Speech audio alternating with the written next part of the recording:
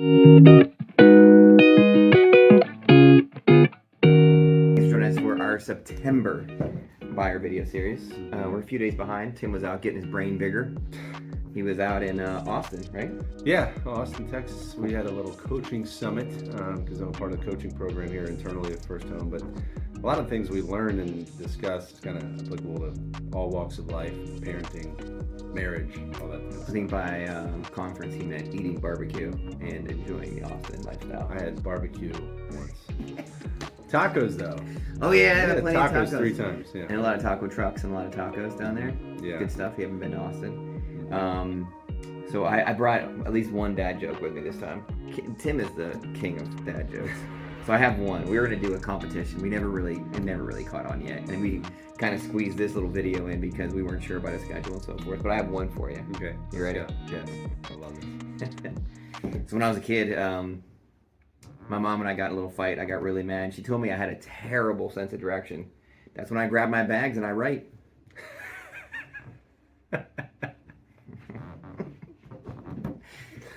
Oh, dude, that's really good. You're gonna go viral. Let us know. Go viral. All right, so we're gonna work on that. That's our end of the year goal, is to at least come up with one. Bring so one. Bring now, one. earlier you walked in and I had one off the cuff. Yeah, what was It was fluid. Somebody's last name. Somebody's last name do that, had yeah. a double entendre. We're not gonna say it on here. That was a funny one. But if it rolls off, that means you really are dead. Yeah. Yeah, I gotta prep mine, so I'm not like a dad joke guy. I have to prepare and get it ready because it doesn't work. Yeah, it still works. Got me. See, it's a good one. Yeah. So we'll work on that. Okay. We have an October one. We'll have a little more prep time.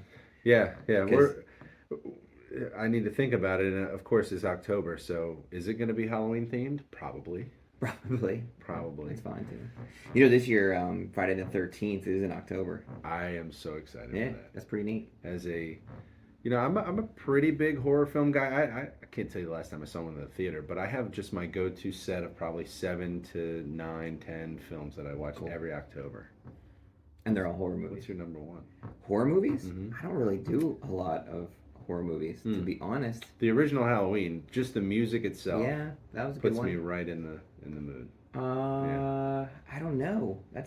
You know what? That's a good question. I'll come back to you in October. Okay. Yeah, October. I'm not a big horror movie person, just because most horror movies, I'm yelling at the screen like, why would you go into the creepy basement on the anniversary of that person's death? This makes no sense. Mm-hmm. And so they lose me. Yeah, that's actually a good poll maybe for your social media, just to say, throw out your favorite Halloween or horror film and see what the continuity is, see who which is mentioned the most. I'd be curious about that. I think because I have children, I've seen Hocus Pocus like 1,100 times.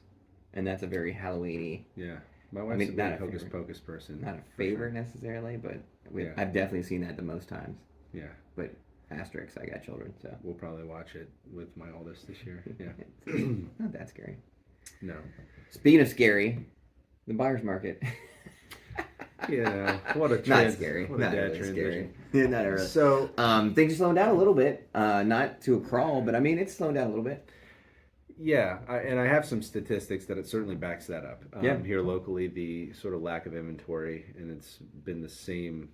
We've been beating that dead horse for months, but it progressively has gotten worse, where we just don't have much out there for buyers to purchase. But, even in the scenarios that I've been involved in recently, even though there is a lack of inventory, people aren't going crazy like they were in 2021, where it's tens of thousands of dollars above list price. And it's normalized.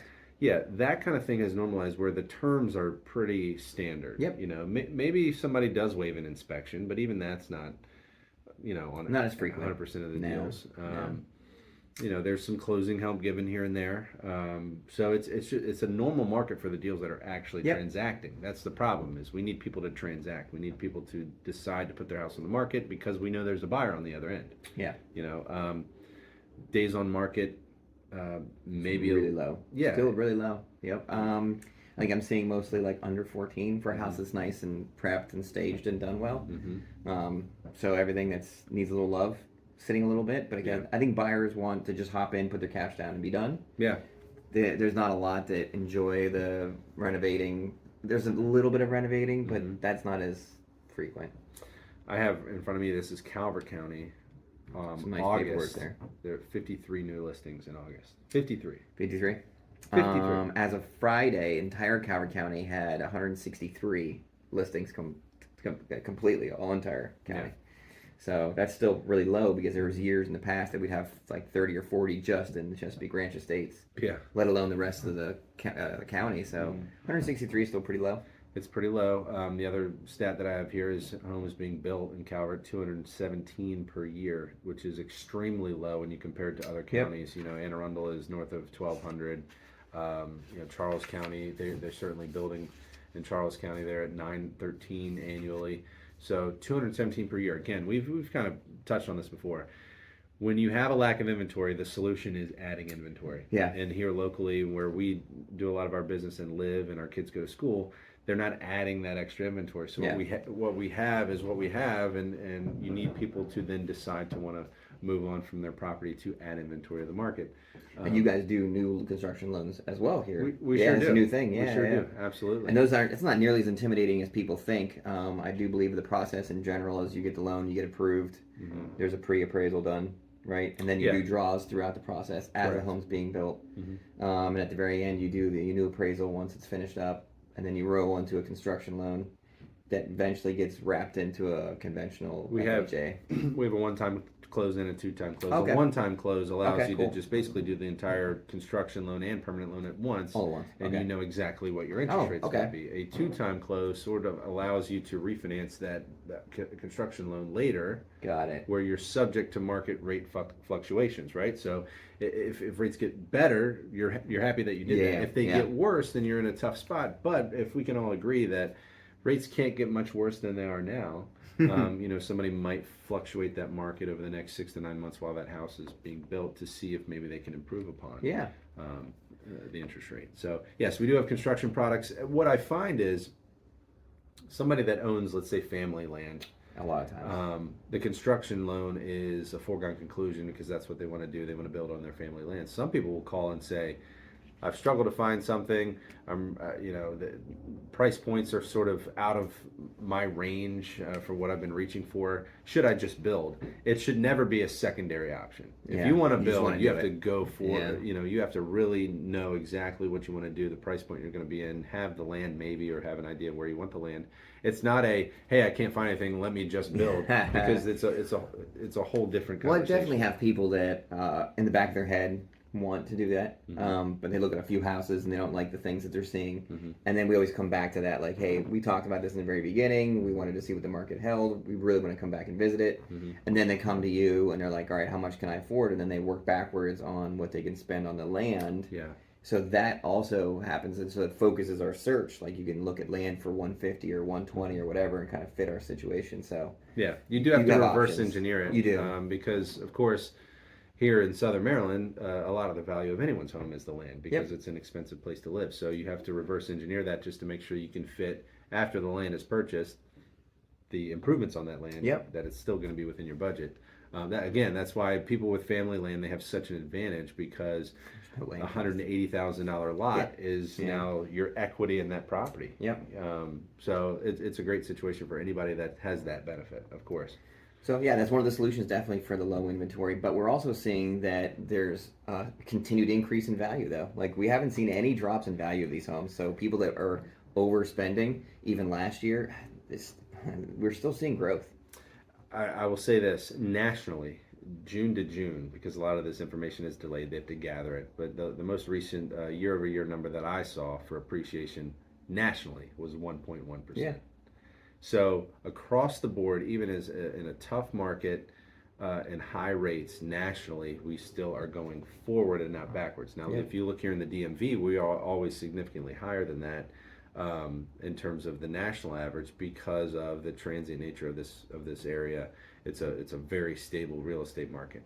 Now, the last few years, there have been certain, like, small pockets. Let's say Austin, Texas, actually a good example. Colorado Springs, Vegas.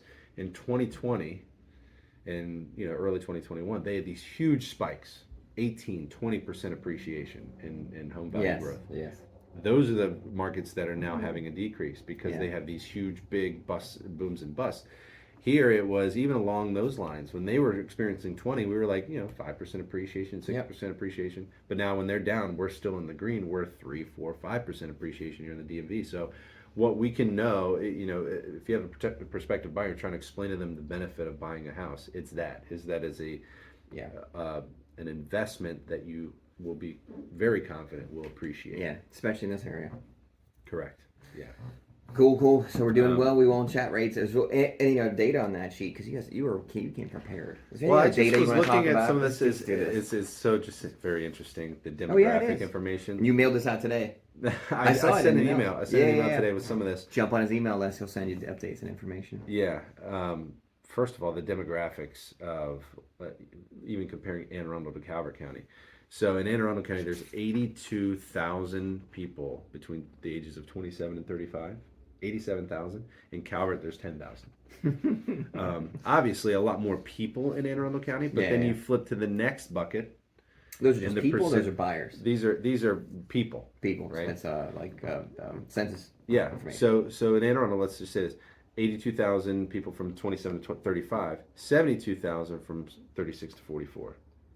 But then you come to Calvert, and we have more people from the ages 36 to 44 than we do from 27 to 35. Why is that? It's probably because people tend to, when they're in that sort of late 20s, they want to live in Annapolis. They want to live in Baltimore County. They want to live in Baltimore City. They want to live in D.C. They want to live in those types of areas. So you're going to see the demographic information change, and then maybe there's people that do live in Annapolis or so, and they get to their mid to late 30s, they come back to an area like Calvert County because it's sort of a place to live those latter years of your life. Yeah, walk scores. When we do printouts and information, we call it walk scores. So walk scores, like how many things are within walking distance of the home, like restaurants and things like that. Yeah. Obviously, Anne Arundel's got a higher walk score because there's coffee shops and there's things going on. Calvert's a little more spread out. We have a little bit less, unless you're in Dunkirk or Prince Frederick, because the walk scores are going to be really Or a drive score. It's a drive score. Yeah, it's a hiking score. Yeah, so, and that, you get more land, though. You get a little more privacy, and a lot of people want the schools are better here. Yeah. So there's a lot of those factors that support your data right there, and that's really why. And what's another thing that sort of drives our real estate down here? Look at the median household income. Charles, St. Mary's, and Calvert are all basically the same, 118, 119. Okay, that's the median. Anne Arundel County is 93,000. Bigger. So it's bigger. It's maybe it has pockets of that county that would have lower income, but again, I'm just speaking to the stability of Southern Maryland. It's never going to have these boom and bust cycles. And what does that matter from a real estate perspective? It means that you can be confident in that investment you're making into real estate. Yes, the stability. The other thing I want to talk about today is the Fed meeting. That was one of the big things that I got. Yeah, I've heard that it happened. Yeah, it was. I didn't hear what happened. It was kind of a much ado about nothing. We sort of knew that either they were going to not hike rates anymore this year, or they might do one more rate hike cycle. So this time they decided to hold tight and not make any movements. They're kind of keeping the door open to maybe hiking one more time this year, but the market really didn't. They didn't react to that because they were expecting it. Now they left it open for one more hike, but they also are sort of changing their expectations come 2024 and 2025. They're moving the goalposts. We expected this. We expected them to really bring pain, which they brought a lot of pain. Higher for longer is what they've said. We're going to keep rates higher for longer. And again, this is the Fed funds rate, not mortgage rates. But they're basically saying we're going to keep them higher for longer, and we're going to continue to inflict more pain. What does that do? That means that banks are going to have higher capital requirements, credit card rates are going to stay high, and now we're in this position where students are now having to pay back their student loans. Yeah. That's going to pull money back out of the market too. So that's deflationary. When somebody all of a sudden has $300 a month in student loan payments that they haven't been making for the last couple of years, that's $300 a month less that's going into the market. Conservatively, $300. Correct. Some of these are quite a bit higher. Yeah. So that's deflationary, and that's not even something the Fed did. So I think that there's going to be a calming effect, and things will just kind of remain steady for several months. Yeah. And maybe by next spring, the Fed will make a decision on when do they when are they going to cut rates? And we'll go in the opposite direction. Which just so happened to coincide with elections. Interesting. Yeah, quite a surprise there. I mean, it's pretty funny. Yeah. So it all kind of coincides. It's hard to tell how that's going to affect the markets this year because, I mean, for us, the spotlight's on the Fed. And they really don't have necessarily well, you can say what you want, but they might not have a political agenda. They're just trying to do what's best for our economy, and they only have a couple of tools to do that. Yep. Quantitative easing, quantitative tightening, hiking rates, cutting rates. That's it. That's all they can do. So, but employment numbers are still fairly low. People are going back to work. A lot of people that were like exploring and quit their jobs. I'm reading a lot of them are going back to work, and a lot of W-2s. We're starting to see the labor market start to turn. Now, what happens first when things start to slow down? Hiring slows down. So we've seen hiring slow down. The unemployment rate is still very, very low, but we see these ticks up in initial jobless claims. They're modest. So the labor market is still, for whatever reason, after the Fed has inflicted all this pain, the labor market is still pretty strong. Yeah, that's what I've been seeing. Yeah. A lot of stability, a lot of just status quo for the next few months. It seems like it's just going to be a nice just cruise on through. Again, all through the holidays. We've said this before. Which is good. I'd rather cruise on through than like fall over the edge. Volatility is the worst for the market because when rates went from 5% to 6.5% in a very short period of time, it really shuttered things. But once you get buyers that are already accustomed to what rates are, then it's not as much of a shock. And they can accept the fact that, okay, this is what they are. I have to make do with what we have in our control. Again, if rates stay the same for the next 6 months, that's probably a good thing. That's fine. Yeah. And even if we have a drop, let's not have a big drop. Let's do like gradual drop because the big drop also we saw 2 years ago was also not good for buyers. That can be unhealthy. Yeah. So a nice gradual, slow drop. We can do that. Let's just slow roll to the end of the year, maybe into the spring, slow roll it through, and just no adventures. We don't want any adventures. If we were to name this video, it would be stability. We talked about it, the real estate market. We talked about it with interest rates. If things stay stable and level, we're good. Then we'll be in good shape. It's going to be called Stability and Dad Jokes. That's it. That's the name of this video. We were going to title it Stability and Dad Jokes. And next month will be Spooky, Spooky, Scary.